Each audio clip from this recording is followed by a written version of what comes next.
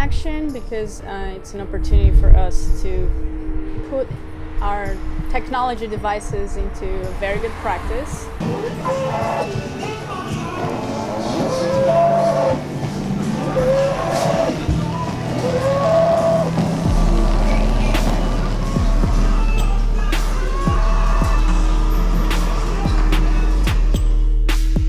And I also really like the masks because it gives the activists this sort of invisibility, and it's more welcoming to people to focus on the video instead of the activist expression.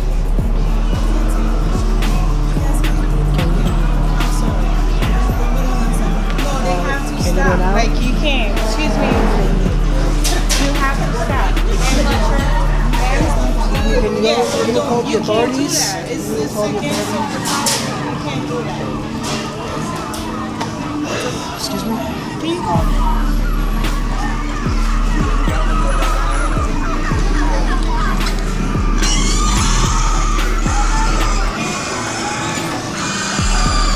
If Starbucks had glass walls, who would you see?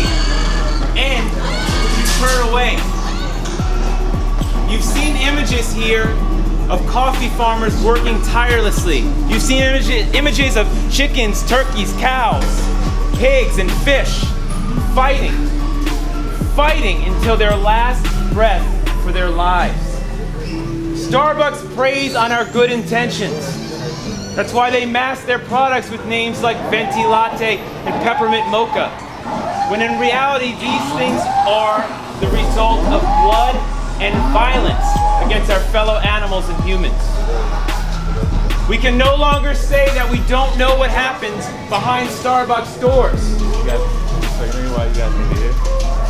Please, we ask you, join us. Join us and let's together demand that Starbucks lives up to its values. It's not just coffee.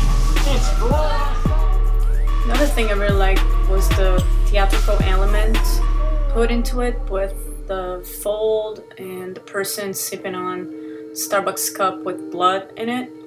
And very cool too, the fact that it was a morning disruption, so that was new to us. We've never done a morning disruption before, and I think it definitely woke some people up.